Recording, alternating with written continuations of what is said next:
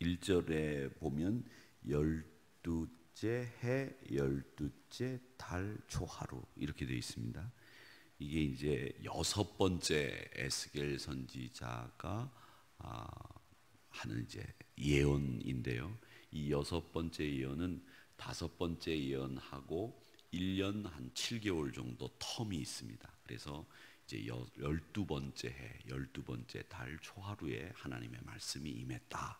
이렇게 이야기를 하는데 이 6번째 예언은 예루살렘에서 이제 바벨론에 의해서 완전히 예루살렘이 함락당하고 멸망당한 다음에 거기서 도망쳐 나온 사람들이 에스겔 선지자에게 이제 와가지고 바벨론 포로로 이미 에스겔 선지자는 끌려와 있어요. 에스겔 선지자에게 와가지고서는 이제 바벨론 군대 느부갓네살에 의해서 예루살렘이 완전히 함락당하고 멸망당했습니다. 완전히 예루살렘이 이제 끝이 났습니다. 이 이야기를 듣고 하나님께서 주신 예언을 하는 내용입니다. 그러니까 지금까지 예언하고는 달리 예루살렘이 완전히 멸망한 상태 속에서 하나님의 말씀을 선언한 예언서가 32장이다. 그렇게 생각을 하시면 되고 1년 7개월 만에 예언한 말씀이다 라고 하는 것을 아시면 되는데, 이 말씀의 내용이 애굽 왕에 대한 예언입니다. 애굽 이집트 왕에 대한 예언인데, 이 이집트 왕을 뭐에 비유하냐면 사자와 악어에 비유를 해서 이집트 왕을 이야기합니다. 그 이야기가 뭐냐 하면 이집트 왕이 동물의 왕인 사자, 그리고 나일강에서 가장 포악하고 또 그 나일강에서 포식자로 있는 그 악어와 비슷하다, 그런 이야기를 하는 겁니다. 근데 사자지만 실상은 악어지만 실상은 바다 가운데 있는 괴물에 지나지 않는다, 강에 있는 괴물에 지나지 않는다, 그렇게 이야기를 하면서 이 사자와 악어의 비유를 하는데, 이 사자와 악어의 비유는 애굽 왕 바로의 진면목을 보여주는 내용입니다. 악어는 여러분 아시는 것처럼 자기가 먹이를 채기 위해서 난폭하게 굴죠. 그리고 심지어 이 악어는 어떤 성격을 갖고 있느냐면, 악어는 죽은 것도 먹습니다. 죽은 것도 먹고 살아있는 것도 먹고 하여튼 다 먹는 친구인데, 이 친구가 이제 예를 들자면 아프리카에서 이제 사슴이라고 그러죠. 그 사슴이 이제 이렇게 그 사슴이 이제 이렇게 도망을 가다가 사자가 막 쫓아오면 도망을 가다가 물로 들어갑니다. 그러면 이 사자가 물로 들어가는 걸 주저해요. 들어갈까 말까 고민을 많이 합니다. 그런데 이 녀석이 이제 물로 들어가요. 그러면은 사자가 배가 정 고프면 물에 들어갑니다. 물에 들어가서 그 녀석을 잡아요. 딱 잡을 때까지 악어는 기다리고 있습니다. 기다리고 있다가 사자가 그 녀석을 딱 잡으면 그때 확 나타나가지고 사자를 쫓아내고 그 녀석을 지걸로 만들어서 먹는 친구가 악어입니다. 악어. 아주 못된 친구고요. 아주 치사한 친구가 이 악어입니다. 근데 이 악어와 같은 친구들이 있죠. 성경에 보면 누가 있느냐? 아말렉. 이런 친구들이 악어와 같은 친구들이에요. 그러니까 전쟁을 하더라도 용사와 용사대 전쟁을 하지 않고 약한 사람 이렇게 봐가지고 달리 쩔뚝거리고 노인네, 어린아이 이런 데를 딱 공격합니다. 그리고 난 뒤에 그 친구들이 처지면 그 친구들을 빌미로 공격을 하고 수탈하고 뺏고 전쟁에서 이기려고 하는 방법을 쓰는 친구들이 아말렉이에요. 여러분, 그래서 그런 사람들이 이 성경에도 여러 사람들이 등장을 하죠. 근데 우리 하누리교회 성도님들하고는 그런 사람들하고는 적성이 안 맞죠? 안 맞으실 거예요. 그런데 그 악어의 비유를 한 사람이 누구냐? 애굽 왕이에요. 애굽 왕. 악어의 난폭함, 용맹하기도 하죠. 그런데 악어는 한 가지 제한이 있습니다. 그 제한이 뭐냐면 악어는 물을 떠나서 살 수 없고 나일강을 벗어날 수 없는 제한적인 존재입니다. 그걸 이야기하는 겁니다. 그러니까 네가 가지고 있는 권력이라고 하는 것이 굉장히 크고 네가 권력을 가지고 있고 네가 힘이 세고 용맹한 것처럼 보이지만 나일강의 제한된 힘, 나일강에 제한된 너의 용맹, 거기에 지나지 않는다. 결국 모든 역사의 주장자는 하나님이야. 그리고 너도 하나님의 심판의 도구인 바벨론에 의해서 멸망당해. 이 이야기를 이 에스겔 선지자가 6번째 예언으로 말씀하시고 있는 겁니다. 이스라엘 백성들이 계속 지금 멸망할 때까지 뭘 하느냐? 이스라엘 백성들이 애굽에 기댔다가 바벨론에 기댔다가, 그런데 전통적인 우방이고 맹종해왔던 그 종주국과 같은 애굽에 더 많이 의지를 해왔기 때문에 그 환상, 애굽의 힘과 애굽의 능력이 이스라엘 너희들에게도 평화를 가져다 줬다고 생각하지만 그거 아니야. 걔네들이 가지고 있는 힘은 항상 제한된 힘이었어. 이걸 에스겔 선지자는 말씀하고 있는 겁니다. 그래서 바로의 최후가 오늘 32장에 보면 섬뜩할 정도로 자세하게 묘사가 되어 있는데, 어떤 묘사가 제일 큰 묘사이느냐 하면 이렇게 얘기를 합니다. 낚싯바늘이 아닌 그물로 완전히 훑듯이 그렇게 너희들을 다 멸망시켜 버리겠다. 그래서 바벨론 군대가 오게 되면 오만함, 교만함, 그리고 자랑거리들이 산산이 쪼개질 것이다. 그렇게 이야기를 하고 있습니다. 그러면서 뭐라고 말씀하시는고 하면, 너희들이 네가 네 살점을 여러 산에 두며 네 시체를 여러 골짜기에 채울 것이다. 그렇게 이야기를 하는데, 이 시체라고 하는 단어가 우리는 별로 좋은 단어가 아니죠. 뭐 누구에게나 좋은 단어는 아닙니다만은, 시체라고 하는 단어가 단어 뜻이 높게 쌓아둔다라고 하는 말과 말이 비슷해요. 그래가지고 이 말은 뭐냐면 우리를 높게 죽여가지고 쌓아둔다. 왜 시체가 쌓인다 그러잖아요. 노래가 옛날에 그런 노래 있었죠. 그 6.25 때 노래, 전우의 시체를 넘고 넘어 앞으로 앞으로, 그런 노래 있었죠. 여러분 잘 모르시네. 여러분들은 뭐 찬송가만 불러가지고 잘 모르실 텐데 옛날에 그런 노래가 있었어요. 그러니까 이 시신을 넘는다, 시신이 높이 쌓였다, 이 말은 뭐냐면 멸망, 그리고 완전히 끝났다라고 하는 것을 상징하는 말이에요. 그런데 여기에 시체를 여러 골짜기에 뒀다라는 말은 너희들이 죽은 그 시체들을 높게 쌓아뒀다라는 말은 그 옛날 전쟁이 워낙 치열하면 시신을 거두지를 못하고 후퇴를 하거나 다 죽어버리면 수습할 수 있는 사람들이 없게 되는 그런 상황을 얘기하는 겁니다. 완벽하게 산산이 깨트릴 것을 이야기하면서 폭정이 끝나고 억압이 사라지고 착취가 사라지는, 그래서 강이 다시 맑아지는 이런 이야기를 하시고 있다는 겁니다. 그러면서 너희들 애가를 불러라 이렇게 이야기를 하고 있는데, 이 애가를 슬피 부르리로다 16절에 말씀하시고 있는데, 이 애가를 부르란 말은 하나님께서 너희들에게 다시 기회를 주겠다 이런 말씀을 하시고 있는 겁니다. 그러니까 우리 믿음의 사람들은 항상 생각해야 됩니다. 하나님께서 주신 시간, 하나님께서 주신 건강, 이런 것들은 다 우리에게 새롭게 주신 기회예요.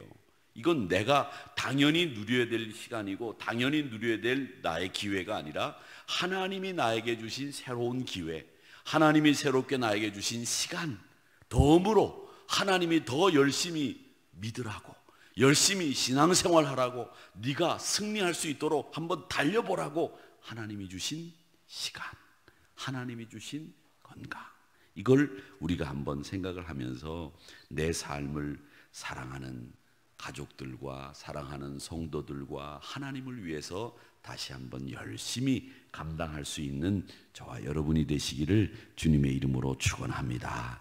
하나님은 어떤 분이시냐? 하나님은 절대 강자였던 애굽, 그 애굽의 심판을 알리시고 슬픈 노래를 부르게 하신 것은 지금 세상을 지배하는 바벨론조차도 그 흥망이 하나님의 손에 달려 있음을 알게 하시고, 여전히 유다의 구원자, 또 여전히 하나님이심을 알게 하려고 하는 목적을 가지고 있다는 것을 이 말씀을 통해서 배우게 됩니다.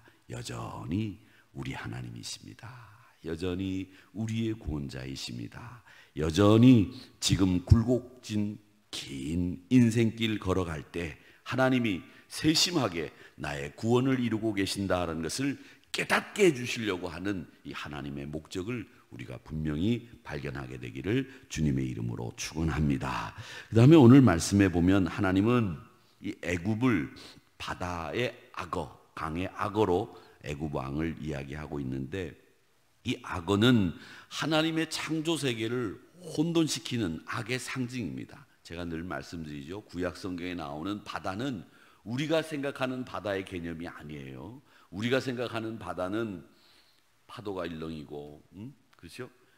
또 배를 타고 우리가 갈 수 있는, 그리고 또 낭만이 있는 그런 곳이 바다지만, 고대인들에게 바다는 괴물이 있고 적이 있고 용이 있는 곳이에요. 악한 세력이 있는 곳이란 말이죠. 위험한 곳이고 우리 생명을 앗아가는 곳이다라는 그런 생각을 가지고 있는데, 거기에 악어니까 하나님의 적대 세력이죠. 하나님이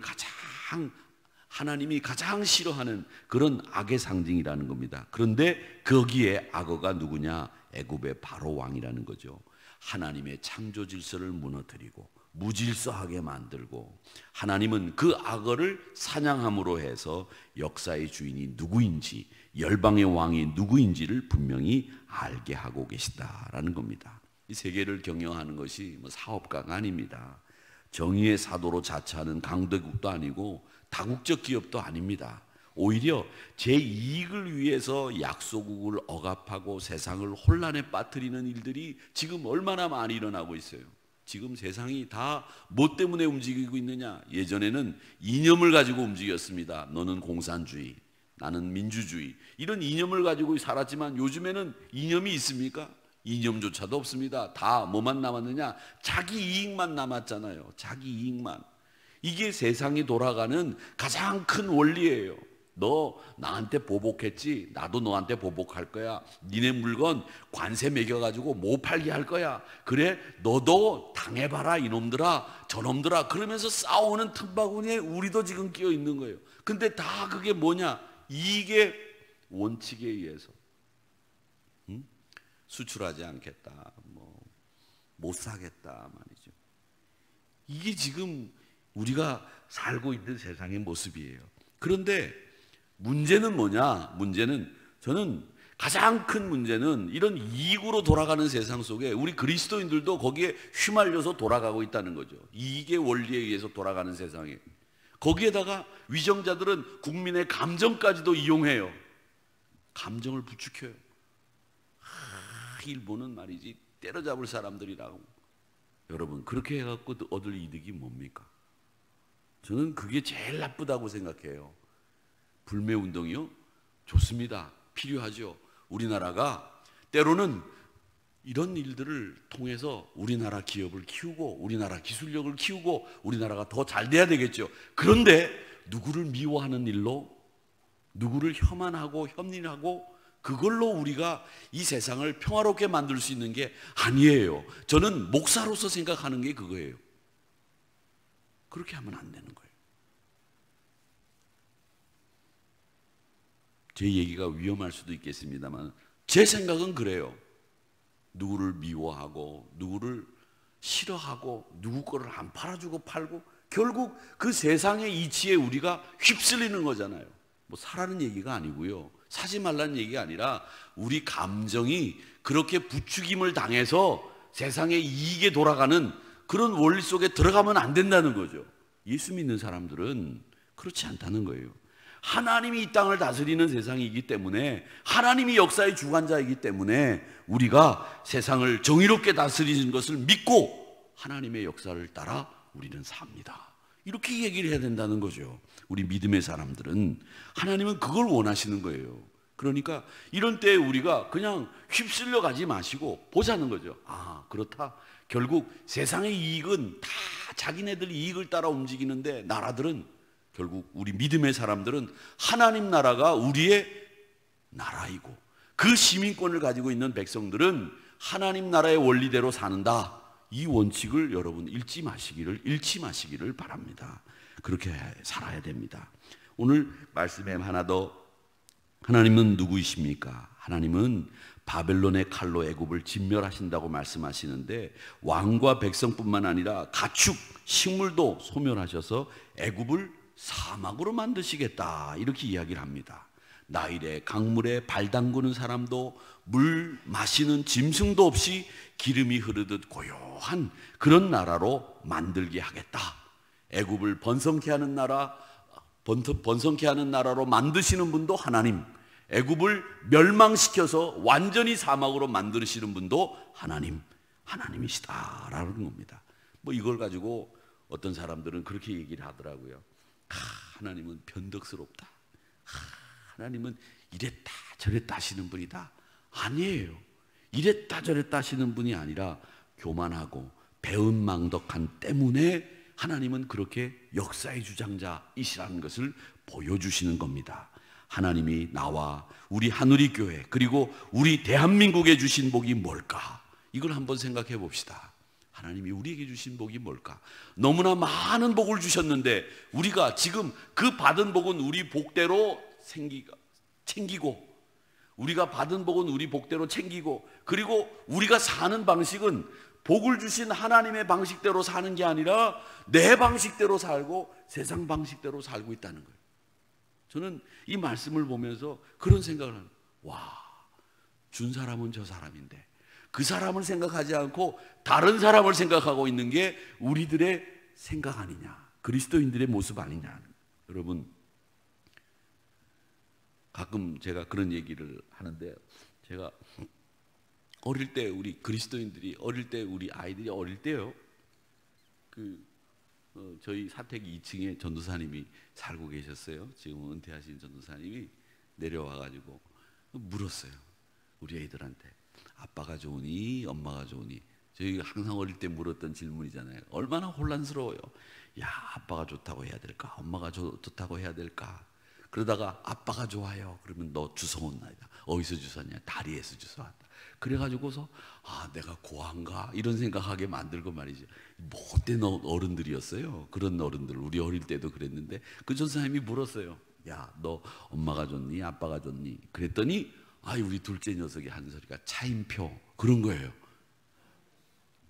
그때 이제 그대 그리고 난가 하는 그런 드라마가 하고 있었어요. 그러니까 아빠가 좋니 엄마가 좋니, 그런데 거기에 아빠 아니면 엄마를 선택해야 되는데 의외의 인물을 선정한 거죠. 차임표.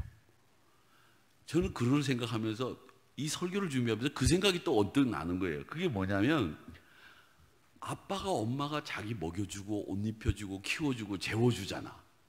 우리는 누가 키워줘요? 하나님이 키워주시잖아요. 그런데 지금 너 누가 좋니? 그러면 하나님이 좋아요 이렇게 말해야 되는데 그렇게 말하지 않고 있다는 거예요. 하나님으로부터 우리가 다 받았는데 하나님이 좋아요. 말로는 또 그렇게 하는지 모르지만 내 삶은 지금 하나님이 좋다고 하나님으로부터 왔다고 얘기하지 않고 그렇게 생각하지 않는 삶을 살고 있다는 거예요, 지금 우리가. 그리고는 내 삶은 내 멋대로 살아. 세상 방식대로 살아. 그런데 정작 나를 입히시고 먹이시는 분은 하나님이시단 말이죠. 이게 바로 우리들의 모습 아니냐. 저는 이 말씀 속에서 하나님이 우리의 역사의 주관이시고 우리 인생의 주인공이시고 나를 책임지시는 분이고 나를 먹이시고 입히시는 분이라고 하는 확신을 가지고 사는 신앙, 그 신앙으로 우리가 오늘 이 말씀을 통해서 무장하자, 이런 생각을 합니다. 부디 빌기는 하나님이 도로 찾아가시기 전에 내가 받은 모든 것들이 그 은혜가 다 주께로부터 왔습니다. 그렇게 고백하고 내가 가장 사랑하는 분은 하나님입니다. 이렇게 고백하는, 그리고 내 인생의 주인이 하나님이신 것을 고백하는 저와 여러분이, 그리고 거기 고백에 맞는 삶을 사는 여러분과 제가 되기를 주님의 이름으로 축원합니다.